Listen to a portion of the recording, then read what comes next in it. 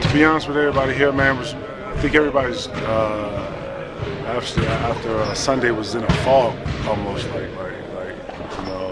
almost stopped playing, almost like a stop bullshit, like kind of type of thing, and just settling in. I think everybody's really trying to put their arms around the concept that he's actually hurt, and hurt to the point where he can't play. And I think that's what's got everybody's kind of like bewildered in the fog, if you will. Even him, I think we came in this morning, seen him in there, and it was just kind of unreal. But the fact is that it is real. Like I said, everybody's going to consolidate and pick up the pieces and try to carry this thing. There's a lot of adjustments, but you got to be careful with your play call. Really, you simplify it. You let them play through space. And just read it from there. Doc, the one thing you've been able to do is, certain guys go out, you expect it, Paul maybe a couple games, KG, but someone like Rondo kind of completely comes as a shock. Has it set in with you yet? Did it set in? Yeah, I've set in before the Miami game. As a coach, you focus on Miami, and you try to win that game, and now we focus on Sacramento. So, I don't sit down and, whine a lot. No one's going to hear it or listen, and clearly not the other teams,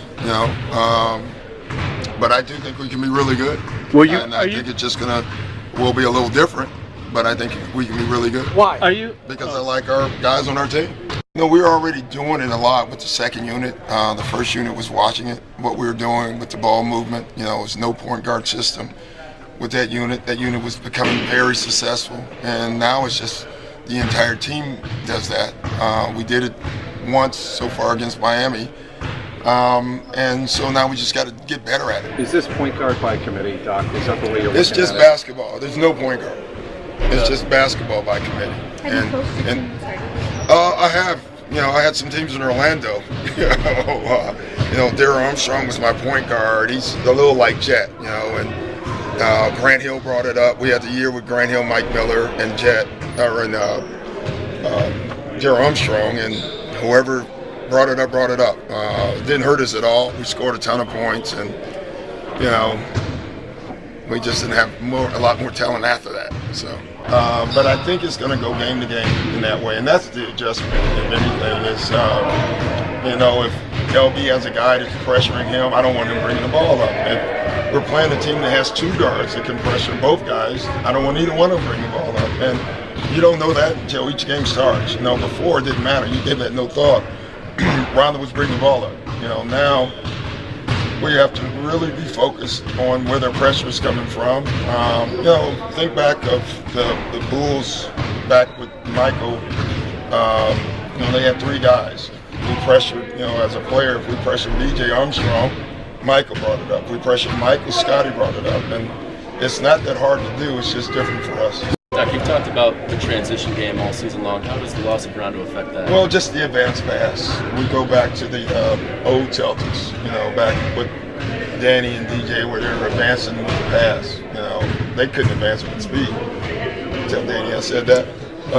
So they had to use the pass, and that's the pass is faster than the dribble anyway. I'm one of the playmakers on this team. I create offense for guys and just enhances now that Rondo is out and give him more responsibilities in that area when he's not playing.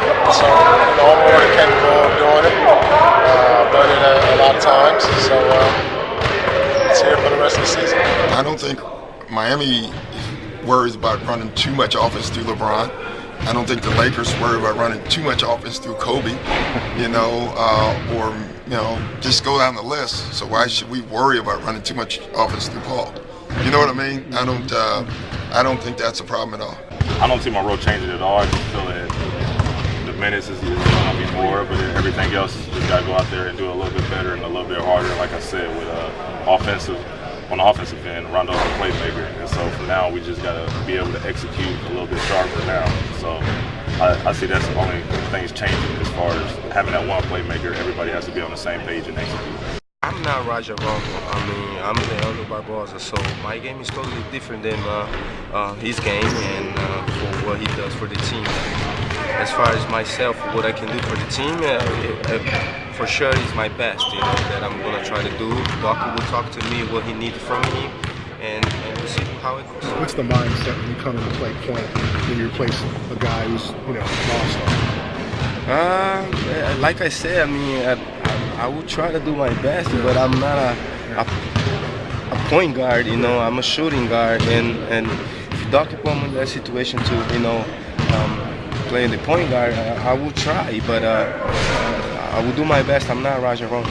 There really is no different roles. That's the point I'm making. There really, literally is no different roles. I don't want to guide and now think he's Rondo or anything like that. Everyone's going to play the same role.